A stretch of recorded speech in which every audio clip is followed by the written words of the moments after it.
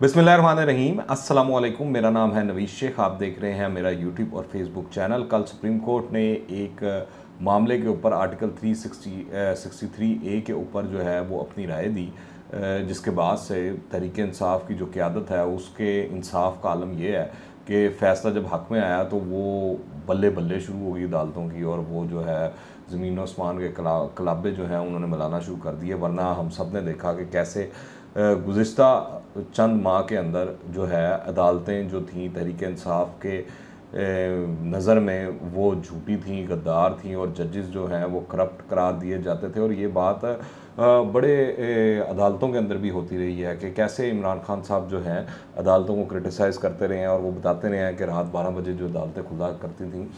पर इस फैसले को लेके कल से तहरीक इंसाफ ने बड़ी मिठाइयाँ बांट दी हैं, सारा कुछ कर दिया है। पर मैं आपको एक चीज़ कैटेगोरिकली बताना चाहता हूँ, वो ये है कि ना तो हमज़ा शहबाज शरीफ जो हैं वो कहीं जा रहे हैं, ना शहबाज शरीफ साहब कहीं जा रहे हैं, ना ये मखलूत हुकूमत कहीं जा रही है। ये अपना टेन्योर पूरा करेगी 2023 तक।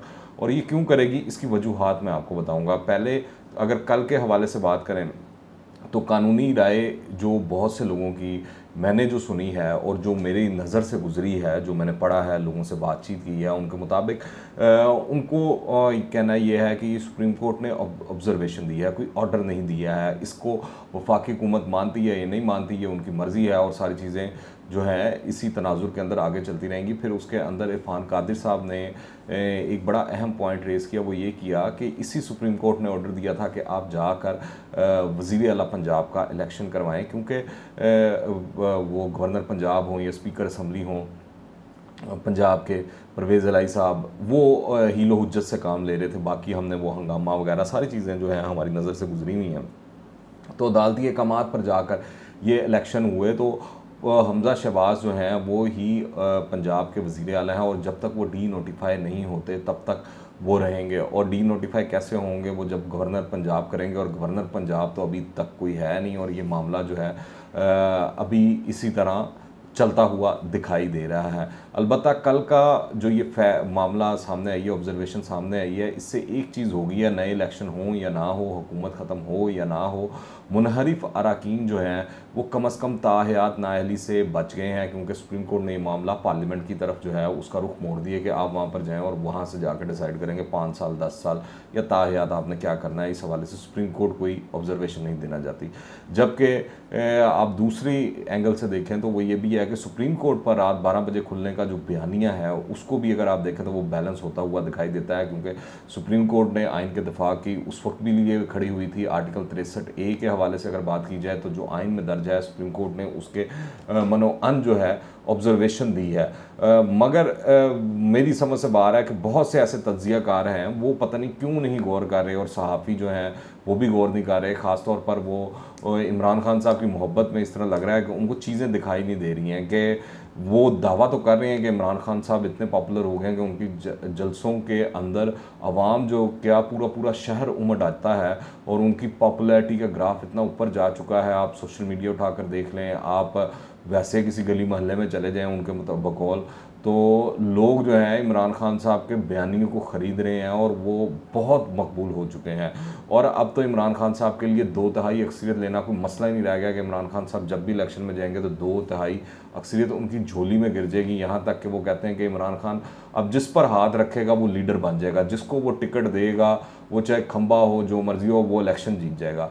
ये उन लोगों का कहना है, मगर वो इस तरफ ध्यान नहीं देते। अगर वाकई ऐसा है तो फिर ये जो मखलूत हुकूमत है, या जो इमरान खान साहब के मुखालिफ सियासी जमातें हैं, वो क्यों कर चाहेंगी कि मौजूदा हालात के अंदर इलेक्शन हो जाए, क्योंकि एक वेव तहरीक इंसाफ की चल पड़ी है। दूसरी जानिब हम देख रहे हैं कि जो डॉलर है वो डबल सेंचुरी कर चुका है। फिर बिजली की कीमतें बढ़ाने का भी प्रेशर है, फिर पेट्रोल की कीमतें जो हैं वो भी बढ़ाने का प्रेशर है, जो कि 45 से 50 रुपये बढ़नी है। और IMF के साथ, क्योंकि वो जो इमरान खान साहब डील करके गए हुए हैं वो डील चलानी है। तो अगर आप ये सारे काम करते हैं तो अवामी प्रेशर तो मौजूदा हुकूमत के ऊपर आएगा। लोग तो बुरा भला मौजूदा हुकूमत को कहेंगे, तो क्या वो इतने ही नकम्मे और बेवकूफ़ सियासतदान हैं कि मौजूदा हालात के अंदर और तनाजुर के अंदर वो इलेक्शन की तरफ चले जाएँ? मुझे नहीं लगता। मेरे ख्याल से वो सेकंड ऑप्शन को इस्तेमाल करेंगे। वो कोशिश करेंगे कि 2023 तक इस हुकूमत को किसी ना किसी तरह चलाया जाए, कुछ चीज़ों के ऊपर डिलीवर करने की कोशिश की जाए, ताकि इमरान खान साहब की वो जो टेम्पो बन चुका है, जो वेव बन चुकी है, उसको तोड़ने की कोशिश की जाए।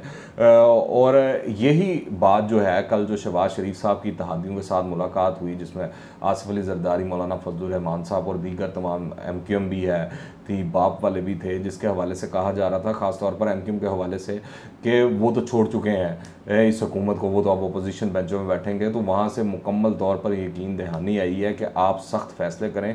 तमाम की तमाम जितनी इत्तेहादी जमातें हैं वो मुस्लिम लीग नून के साथ भी खड़ी होंगी और मिलकर ओनरशिप लेंगी हर फैसले की, चाहे वो माशी हवाले से हो या दीगर हवाले से हो। और हुकूमत जो है वो 2023 तक मुद्दत पूरी करेगी। यूँ ये चीज़ आपके सामने आ जानी चाहिए, मालूम हो जानी चाहिए कि कल का ये जो डिसीजन सामने आया तमाम इत्तेहादी जमातों का, उससे ये डिसाइड हो गया कि हमज़ा शहबाज ही वज़ीर आला रहेंगे और शहबाज शरीफ साहब बतौर वज़ीर आज़म पाकिस्तान काम जारी रखेंगे।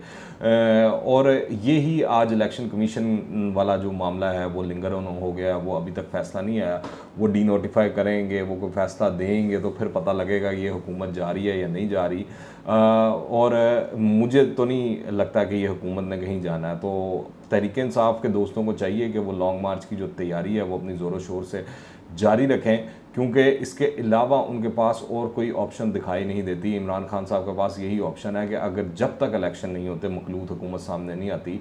अलबत्ता बहुत से लोगों की जानिब से वो हफीज़ शेख वाला एक ढंडोरा पीटा जा रहा है और मुझे उसमें कोई सच्चाई नहीं दिखाई देती, टू बी फ्रैंक, कि हफीज़ शेख साहब 2 रोज़ पहले ही पाकिस्तान आए हैं और उनके ऊपर जो केसेस और मामलात हैं वो सारे ख़त्म कर दिए गए हैं। और इसके अलावा वो कहा जा रहा है कि उनको वज़ीर आज़म पाकिस्तान बनाया जा सकता है जो भी इंटरम सेटअप आएगा उसके अंदर, क्योंकि हफीज़ शेख साहब की बड़ी अच्छी वर्किंग रिलेशनशिप है IMF के हवाले से, बल्कि कहा जाता है कि वो IMF के ही आदमी हैं। तो उनको वज़ीर आज़म बनाकर और जो IMF के साथ डील है उसको मैच्योर करके और चीज़ें चलाई जाएंगी और मीनवाइल जो है इलेक्शन करवाए जाएंगे।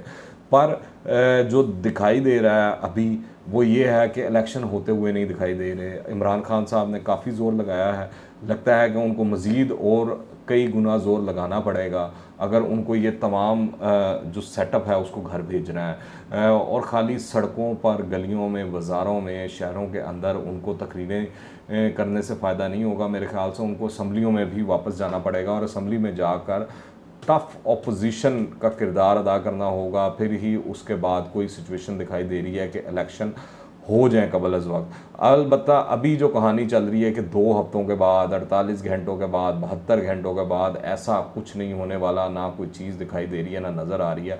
हुकूमत जो है वो अपने महाज के ऊपर डटी हुई है। जो हमज़ा है उनको वो वज़ीर आला पंजाब ही रखना चाहते हैं और शहबाज शरीफ साहब समेत तमाम सियासी जमातें जो हैं उनकी बैक के ऊपर खड़ी हुई दिखाई देती हैं।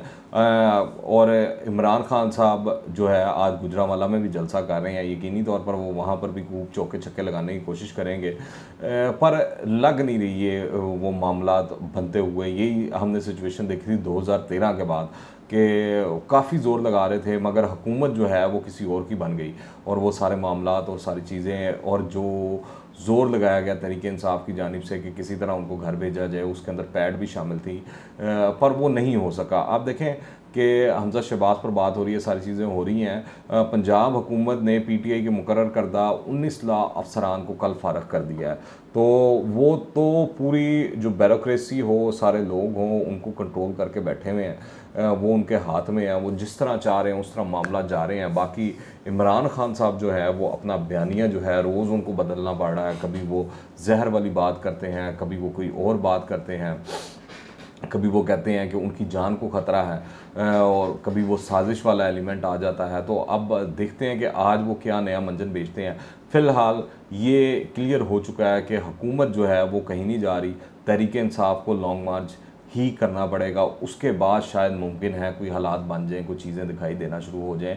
इस हवाले से भी बहुत से लोगों का मानना है कि मौलाना फजलुर रहमान साहब भी एक अच्छी खासी तादाद में लोग लेकर इस्लामाबाद गए थे और धरना दिए रखा और उनकी बहुत बड़ी तादाद थी। जो तहरीक इंसाफ ने 126 दिन का दिया था उसमें तो इतनी बड़ी तादाद नहीं थी। अगर इमरान खान साहब इस वक्त भी इतनी बड़ी तादाद लेकर लोग वहाँ पर चले गए तो ऐन मुमकिन है जिस तरह मौलाना फजलुर रहमान साहब को कोई तसल्ली या तशफ़ी करवा कर वापस भेजा गया था तो इमरान खान को भी वापस भेज दिया जाए। और अगर वो बैठना चाहे 126 दिन या 226 दिन तो हुकूमत को भी फ़र्क नहीं देता पड़ता, क्योंकि 226 दिन के बाद वैसे ही इलेक्शन जो है वो ड्यू हो जाना है। और इस मीन वाइल जो है हुकूमत ये जो माशी हवाले से मामलात हैं उसको बेहतर करने की कोशिशों में लगी हुई है और उनको उम्मीद है कि वो हालात को संभाल लेंगे, चीज़ों को संभाल लेंगे। पर गेम जो है वो बड़े इंटरेस्टिंग फेज़ में दाखिल हो चुकी है। देखते हैं क्या नतीजा निकलता है। आप इस हवाले से क्या राय रखते हैं नीचे कमेंट्स में लाजमी बताइएगा। दुआ में याद रखें। अंटिल द नेक्स्ट टाइम, अल्लाह हाफ़िज़।